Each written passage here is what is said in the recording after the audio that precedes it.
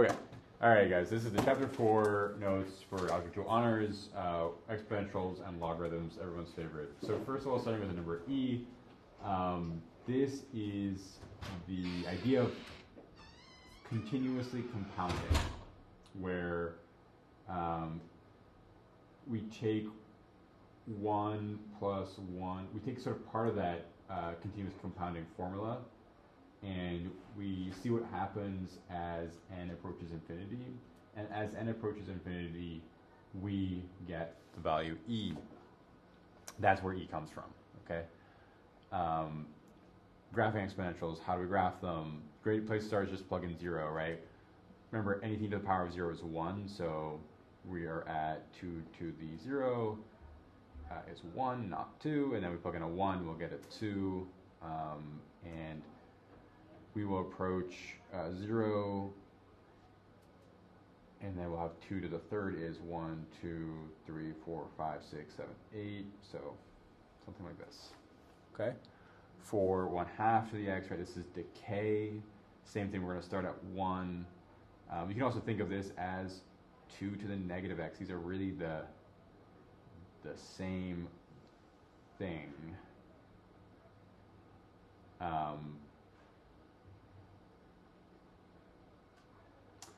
This would decay, right, and approach 0 to the right, and then grow to the left. Right, something like this. Okay.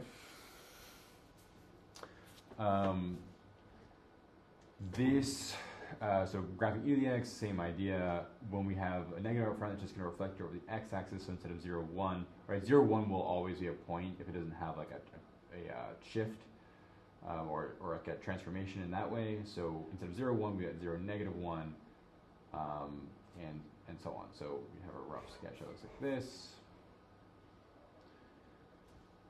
E to the negative x, similar to above here, it's reflecting over the y-axis, so it's looking like this. Okay, e to the x plus 1 is going to be a horizontal shift of 1 to the left, so instead of it being 0, 1, it's going to be 0e, and it would be negative 1, 1, so something like this. Okay. This is a vertical shift up 1, so instead of 0, 1, 0, 2. And there we go. So shift up 1, and then your horizontal asymptote is not going to be 0 anymore. It's going to be at 1. Okay. Compounding interest. Compound interest. So we have this future value equals the principal times 1 plus r over n to the nt. And if it's continuous, f equals p e to the rt. So essentially you're substituting this with e, right? Just like we spoke about before with the origin of e. So to find this, the future value, so 20 years, it's compounded monthly, so it's $10,000 times 1 plus 0.06 compounded monthly, 12, and then times 12 times 20 up here. For continuous, $10,000 times e to the 0.06 times 20. Okay. All right. Logarithms. So what are logarithms? Okay, just a reminder, like the output is an exponent. I think that's the most important thing to remember. We have the log symbol, we have some kind of base, we have the input, and then we have some output. So this is your base, this is the input, and this is the output, which is a power, right? That's the power. So what we're saying is 10 to the power of y equals x, right? Logs tell you the power of the base to equal the input. So I mean, we did this a little bit just now. If we have log base 10 of 100 equals 2, that's the same as saying 10 squared equals 100. If I had 3 to what power is 9, I would have log base 3 of 9 equals x, right? So x would equal 2. Special logarithm bases, so just when you see just regular log, that's just log base 10. And when you see ln, that's log base e. Okay. Change of base formula, we say log base b of a is equal to log c of a over log c of b. Okay, using logs to solve exponentials. How many years will it take to double my money if I get 6% interest and it's compounded continuously? So you need the PERT equation, so f equals p e to the rt. We just want to double our money, so that means that my future value needs to be twice.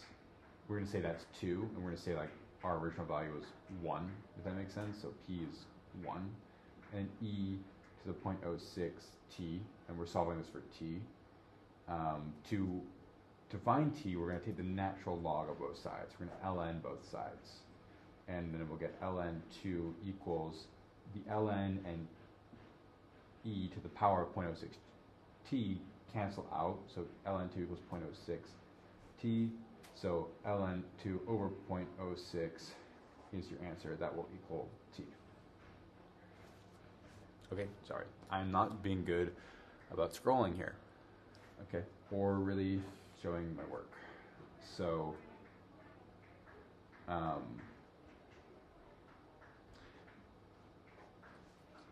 me rewrite this one more time. Sorry about that. We have ln2 equals 0.06 t. We divide both sides by 0.06 by 0.06. These two cancel, so ln2 over 0.06 equals t. All right, graphing the logarithms. They're similar to graphing exponentials, except it's the inverse, where plugging in 0 is something you want to do for exponentials, but for logarithms you actually want to plug in 1, because ln of 1, e to what power is 1 is always 0, and then the base is always 1. So 1 would be at 0, and the base would be at 1, and then we sketch from there. Okay. Transformations, same idea. We're reflecting over the x-axis.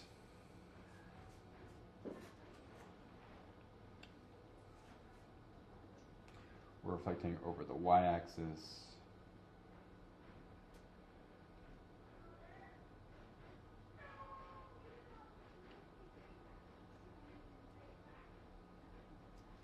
We are shifting one to the left.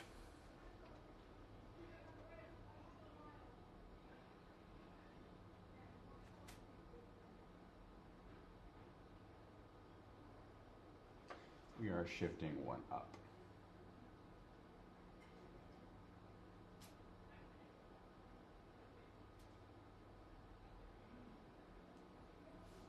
Okay. Rules, exponent laws, really important to know. Good review. If you have x to the 5th, x to the 7th, that's the same as x to the 12th. We add exponents when we multiply.